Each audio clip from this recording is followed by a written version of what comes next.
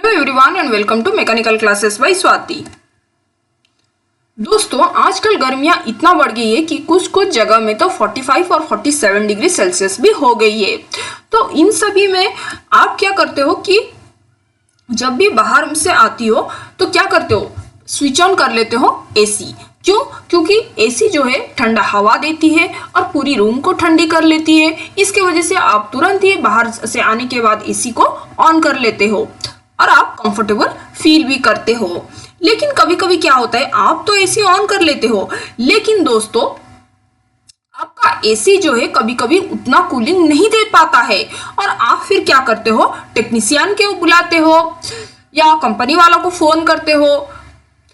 आप तो फ्रस्ट्रेटेड हो जाओगे ना क्योंकि समर से आए, इतना गर्मी से आप आए हो समर सीजन में और फिर एसी तुरंत ऑन किया और एसी आपको उतना कूलिंग इफेक्ट नहीं दे पा रहा है। तो जाहिर सी बात है कि आप फ्रस्ट्रेटेड होके तुरंत ही टेक्नीशियन को कॉल पे कॉल किए जाते होगे। लेकिन दोस्तों क्या आपने दोस्तों कभी सोचा भी है कि आपका एसी दोस्तों क्यों काम नहीं करता है? दोस्तों आज हम लोग इसी के बारे में ही डिस्कशन करने वाले हैं। इसीलिए दोस्तों वीडियो को आप एंड तक जरूर देखिए और वीडियो अच्छा लगा हो तो एक लाइक तो जरूर कर दीजिए और मेरे चैनल को दोस्तों सब्सक्राइब करना बिल्कुल भी ना भूले, क्योंकि आगे जाके दोस्तों जो भी मैं वीडियोस बनाऊंगी उसका नोटिफिकेशन डायरेक्टली आपके मोबाइल में दोस्तों पहुंच सके।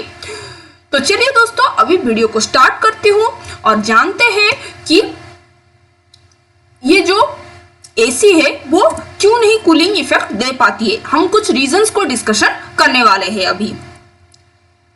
देखिए पहला जो रीजन है वो है डर्टी फिल्टर।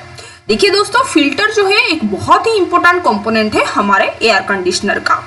वो फिल्टर क्या करता है, सारे जो भी एयर से डस्ट पार्टिकल्स है उसको वो रिमूव कर लेता है। डस्ट पार्टिकल्स हो, डेब्रीज हो, वो फिल्टर क्या करता है उसको सब रिमूव कर लेता है और फिर दोस्तों क्या करता है, एयर को फिर डायरेक्ट करता है कूलिंग कॉइल के पास। ठीक है, लेकिन दोस्तों क्या होता है, कब अब अगर लगातार एसी को चलाते रहे पूरा एक साल को, तो क्या होता है ये जो फिल्टर है ना उसमें क्या होता है, बहुत सारे डस्ट पार्टिकल्स जो है वो एक्यूमुलेट हो जाती है। ठीक है, ये जो डस्ट पार्टिकल्स है ना वो सब एक्यूमुलेट हो जाती है इस फिल्टर में। तो उसके वजह से क्या होती है कि उसका जो सक्शन पावर है वो कम हो जाती है। अभी फिल्टर का क्या काम है, एयर जो भी एयर उसी के थ्रू ही एयर कंडीशनर जब आप ऑन करते हो तो जो भी वार्म एयर है वो इस फिल्टर के द्वारा ही कूलिंग कॉइल तक जाता है। लेकिन फिल्टर ही अगर क्लॉग्ड हो गया होगा या उसमें बहुत सारे डस्ट पार्टिकल्स हो जाए होंगे तो वो फिर रिडायरेक्ट नहीं कर पाएगा to the cooling coil. Okay, तो उसी के वजह से क्या होती है कि आपका जो एसी है वो कूलिंग नहीं कर पाती है। और आप क्या करोगे कि एसी में आप एयर फिल्टर को चेक कीजिए। अगर आपका एसी कूलिंग इफेक्ट उतना नहीं दे पाता है, अगर एयर फिल्टर आप देखो कि बहुत ही गंदा दिख रहा है तो उसको आप उसका क्लीन करना पड़ेगा आपको। ठीक है दोस्तों, चलिए हम नेक्स्ट पे जाते हैं। देखिए नेक्स्ट है दोस्तों डर्टी कूलिंग कॉइल्स। अभी ये डर्टी कूलिंग कॉइल्स देखिए क्या है। देखिए ये जो कूलिंग कॉइल्स हो ना ये बहुत ही इंपॉर्टेंट रोल अगेन प्ले करते हैं आपका एयर कंडीशनर में। आप ये जो ट्यूब्स देख रहे हो ना, ये जो ट्यूब्स है उसमें रेफ्रिजरेंट जो है फ्लो करती है। ठीक है, अगर मैं आम भाषा में चलूं तो लोग बोलते हैं गैस। ओके, लेकिन ये इंजीनियरिंग पॉइंट ऑफ व्यू में दोस्तों रेफ्रिजरेंट है। ठीक है, तो ये जो रेफ्रिजरेंट है ना दोस्तों ये ट्यूब्स में फ्लो करती है।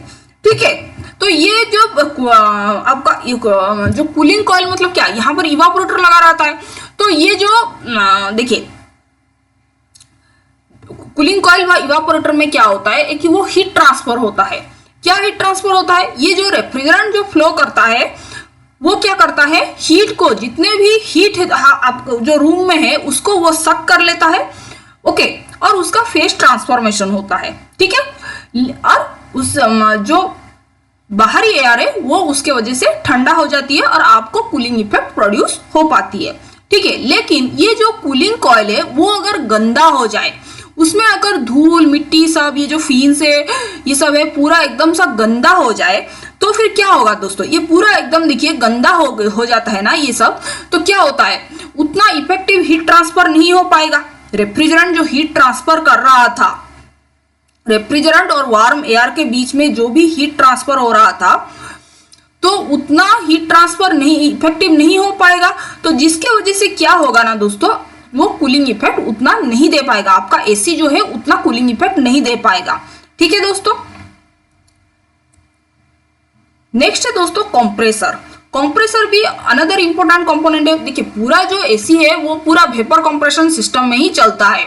अगर वेपर कंप्रेशन सिस्टम आपको नहीं पता है, एसी कैसे चलता है वो नहीं पता है, देखिए उसके ऊपर मैंने कितने सारे वीडियोस बनाए हैं, एक लिंक में उसका जो है आई बटन में दे दूंगी, आप उसको देख लेना दोस्तों। ठीक है। देखिए कंप्रेसर एक बहुत ही इंपॉर्टेंट कंपोनेंट है, और लेकिन क्या होता है, इस कंप्रेसर क्या करता है, उसमें रेफ्रिजरेंट जाता है तो वो लो प्रेशर लो टेम्परेचर वाला रेफ्रिजरेंट जो है उसको हाई प्रेशर और हाई टेम्परेचर में वो कन्वर्ट कर लेता है। ठीक है। जो रेफ्रिजरेंट जो गैस फॉर्म में कंप्रेसर में जाता है at low pressure and low temperature, फिर कंप्रेसर में जाने के बाद वो उसको high pressure and high temperature में टेम्परेचर गैस में उसको कन्वर्ट करता है। ओके। लेकिन ये जो कंप्रेसर है ना, देखिए ये पूरा प्रोसेस भी मैंने आपको इधर दिखाया है, कंप्रेसर है, इवापोरेटर है, और ये रिसीवर है, कंडेंसर है, ये पूरा वेपर कंप्रेशन सिस्टम है। ठीक है। तो कि आप कंफ्यूज ना हो कि जो एसी है आपका वो पूरा वेपर कंप्रेशन सिस्टम में ही चलता है। ठीक है। लेकिन ये जो कंप्रेसर है ना दोस्तों, वो कभी कभी काम नहीं करता है। क्यों काम नहीं करेगा? क्योंकि जब वो ओवरहीटिंग हो जाता है तब काम नहीं कर सकता, या कुछ को इलेक्ट्रिकल प्रॉब्लम्स हो गया कंप्रेसर में तब वो काम नहीं करता है, या फिर फैन और मोटर में उसका कुछ डिफेक्ट हो गया तब भी वो काम नहीं करेगा। और कंप्रेसर अगर दोस्तों काम नहीं करेगा तो फिर आपका एसी ठीक से नहीं चलेगा और आपको दोस्तों उतना कूलिंग इफेक्ट नहीं मिल पाएगा। ठीक है दोस्तों। नेक्स्ट है गैस लीकेज। कभी कभी क्या होता है, आप बहुत दिन तक अगर अपना एसी 4-5 साल को आप यूज कर रहे हो तो क्या होता है कि गैस लीकेज होता है। गैस लीकेज मतलब रेफ्रिजरेंट का लीक होना यहाँ पर। ठीक है। तो रेफ्रिजरेंट अगर लीक हो गया, क्यों लीक होता है? देखिए रेफ्रिजरेंट तो इस कॉपर ट्यूब्स में जाता है, लेकिन कॉपर ट्यूब्स में क्या होता है, कभी कभी उसमें लीकेज हो जाता है। यूजुअली कॉपर ट्यूब्स ही हम यूज करते हैं, लेकिन वहां से रेफ्रिजरेंट लीक करता है। ठीक है। तो जब भी लीकेज होता है तब प्रॉब्लम आती है दोस्तों, उतना कूलिंग इफेक्ट नहीं दे पाता है। नेक्स्ट है ब्लॉक्ड कंडेंसर यूनिट्स। अभी देखिए कंडेंसर यूनिट्स जो है वो यूजुअली बाहर ही लोकेटेड होता है। ओके। एटमॉस्फेयर बाहर लोकेटेड होता है। तो जब भी दोस्तों ये कंडेंसर दोस्तों वो ब्लॉक्ड हो जाता है, कुछ आप ट्रीज या फिर श्रब्स उसके से ब्लॉक हो जाता है, तो कंडेंसर उतना इफेक्टिव हीट ट्रांसफर नहीं कर पाता है।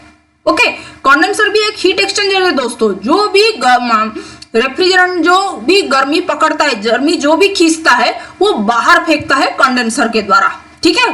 रेफ्रिजरेंट जो भी हीट को खींचता है from the warm air which is circulating inside your home, that is discarded in the condenser. Okay. जो भी रेफ्रिजरेंट जो हीट को खींचता है from the warm air which is circulating inside the home, उसी को वो फेंकता है, उसी हीट को वो रिमूव कर लेता है, उसको डिस्कार्ड कर लेता है कंडेंसर में। Okay. To the outside air.